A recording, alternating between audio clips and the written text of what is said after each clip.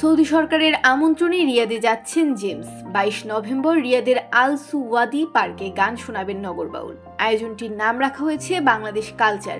এটি সৌদি সরকারের আয়োজন রিয়াদ সিজনের অংশ। রক্ষণশীলতার ঘেরা টোপ থেকে সৌদি সমাজকে বের করে আনতে নানা উদ্যোগ নিচ্ছেন যুবরাজ মোহাম্মদ বিন সালমান। ভীষণ 2030 পরিকল্পনার আওতায় 2018 সালে বিনোদন জগৎ থেকে নিষেধাজ্ঞা তুলে নেওয়া হয়, খুলে দেওয়া হয় সৌদির সিনেমা হলগুলো। আয়োজন করা হয় চলচ্চিত্র উৎসব থেকে শুরু করে কনসার্ট, ফ্যাশন শো ইত্যাদি। এরই ধারাবাহিকতায় আরেকটি উদ্যোগ রিয়াদ সিজন।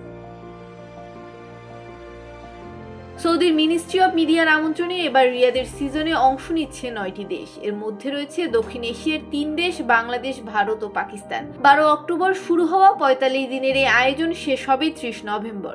এই উৎসবের লক্ষ্য সৌদি আরব ও অংশগ্রহণকারী এশীয় দেশগুলোর মধ্যে সাংস্কৃতিক বিনিময়। উৎসবটি শীতকালীন বিনোদনের অন্যতম আয়োজন হিসেবে বিশ্বব্যাপী মনোযোগ আকর্ষণ করবে বলে আশা করছে সৌদি সরকার। আমন্ত্রিত প্রতিটি দেশের জন্য বরাদ্দ করা হয়েছে 1 সপ্তাহ। সেখানে এসব দেশের সঙ্গীত, নৃত্য, ঐতিহ্যবাহী খাবার তুলে ধরা হচ্ছে। আয়োজনের 7ম সপ্তাহকে বাংলাদেশ উইক হিসেবে বিবেচনা করা হয়েছে।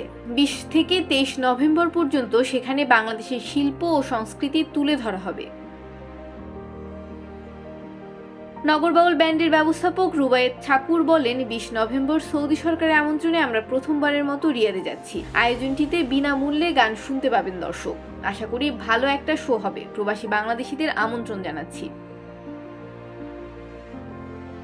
শেষ গত শুক্রবার ঢাকার মাটিকাটা রোডের সেনা প্রাঙ্গণ মিলনায়তনে গান শুনিয়েছিলেন নগর বাউল জেমস। এদিন কবিতা তুমি স্বপ্নচারিণী হয়ে খবর নিও না গান দিয়ে কনসার্ট শুরু করেন জেমস।